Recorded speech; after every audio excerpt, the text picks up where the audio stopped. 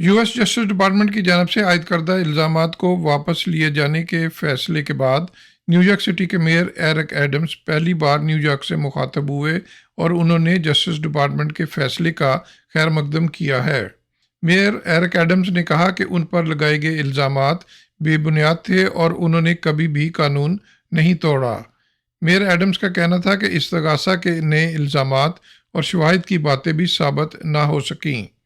Mayor Eric Adams ने justice department का शुक्रिया अदा करते हुए कहा कि अब न्यूयॉर्क सिटी के मुस्तकबिल पर तवज्जो देनी चाहिए।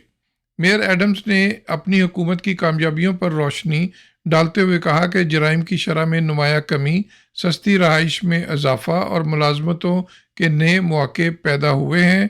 लाखों तारकीन वतन को हुकूमती मदद फराहम की गई है, जबकि चाइल्ड केयर की लागत में भी कमी की गई है।